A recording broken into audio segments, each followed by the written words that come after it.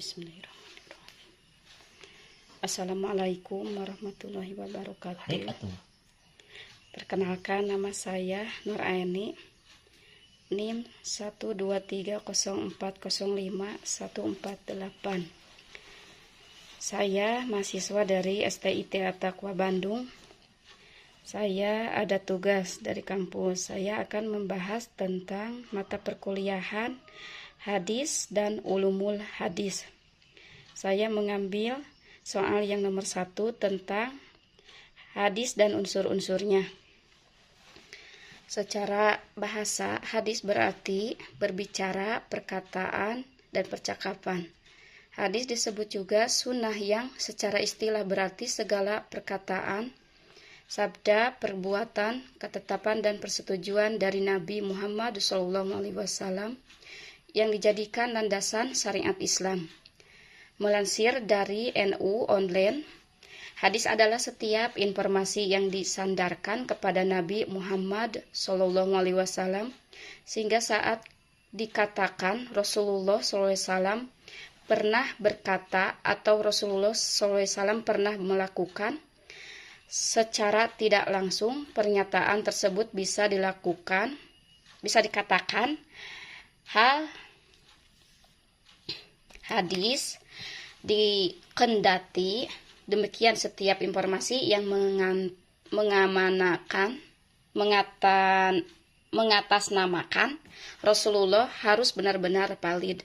Kategori hadis benar berdasarkan kualitas demi menjaga keabsahan hadis. Para ulama membagi hadis berdasarkan kualitas dalam 3 kategori, yakni hadis sahih, hadis hasan, hadis doib. 1. Hadis sahih. Kategori yang pertama ialah hadis sahih yang sanadnya bersambung, diriwayatkan oleh perawi yang berkualitas dan tidak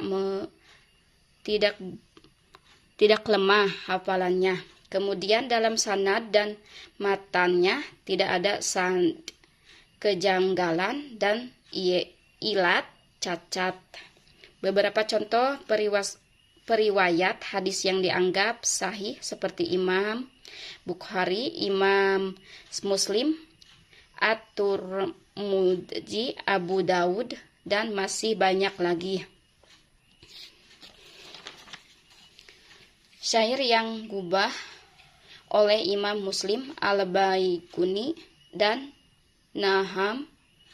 Nadom Baiguni mengenai hadis sahih memiliki 5 syarat penting, yaitu pembagian hadis yang pertama adalah sahih, yaitu sanadnya bersambung serta tidak terdapat sanad atau ilat, diriwayatkan oleh perawi yang adil serta dobit serta kuat, dobit dan periwayatannya. 2. Hadis hasan. Berurutan hadis yang terbilang lebih lemah dari sahih.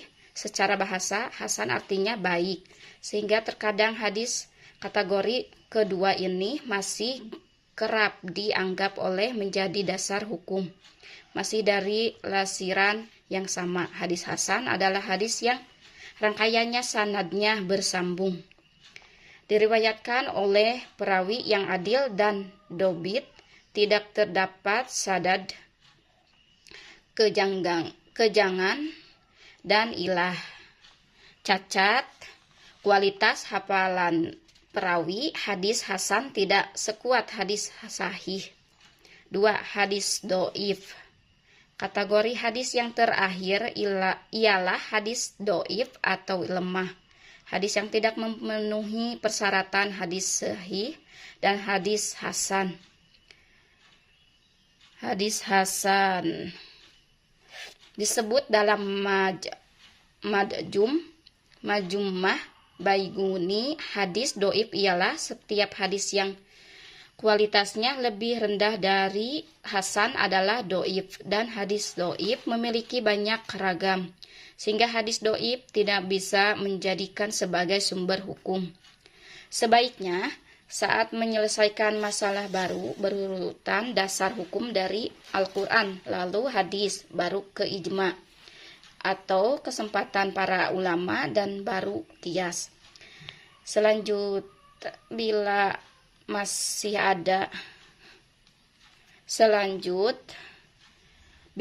belum ada titik terang dengan mempertimbangkan melalui istihsan, ijtihad, dan uruf. Unsur hadis. Pengertian hadis bisa dianggap sempurna manakala memenuhi 5 unsur penting, yakni rawi, sanad, mukharij, siyaghul ada, dan matan hadis. Kelima unsur tersebut sebagai pertimbangan penilaian sebuah riwayat masuk dalam kategori sahih, hasan, atau doif. Memahami lebih dalam kelima unsur melalui contoh hadis berikut. Imam Al-Bukhari berkata, Musaddad telah bercerita kepada kami. Ia berkata, Yahya telah bercerita kepada kami. Dari Subah, dari Qatadah telah bercerita kepada kami, dan Anas dari Nabi Muhammad SAW. Beliau bersabda, tidak sempurna iman salah seorang kalian sehingga ia mencintai saudaranya sama seperti ia mencintai dirinya sendiri. 1.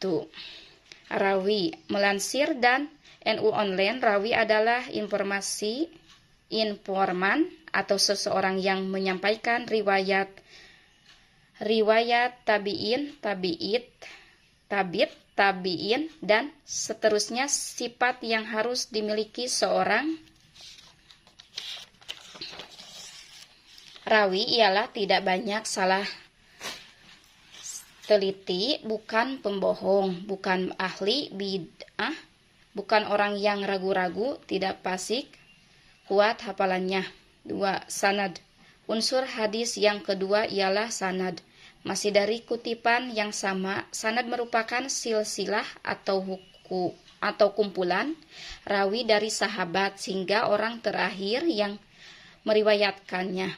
Pengertian sanad sebenarnya telah ada sebelum Islam datang sebagai referensi kala itu. 3. Muharrij.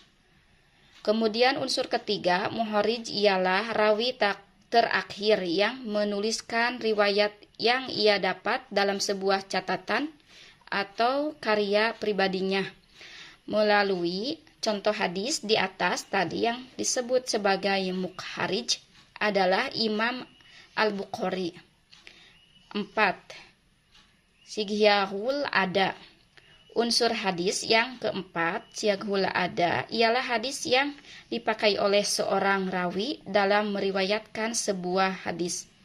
Dari contoh hadis yang dimaksud sighul ada adalah lafaz-lafaz seperti ladat, sanaan, gala, dan lain-lainnya. 5. Matan. Unsur hadis yang terakhir, matan, adalah redaksi dari riwayat yang disampaikan oleh masing-masing rawi dari perkataan atau perbuatan Nabi Muhammad SAW melalui contoh hadis. Maka yang dimaksud matan adalah isi hadisnya, yaitu tidak sempurna imam salah seorang kalian sehingga ia mencintai saudaranya sama seperti dia mencintai dirinya sendiri. Sakitu hatunun. Assalamualaikum warahmatullahi wabarakatuh.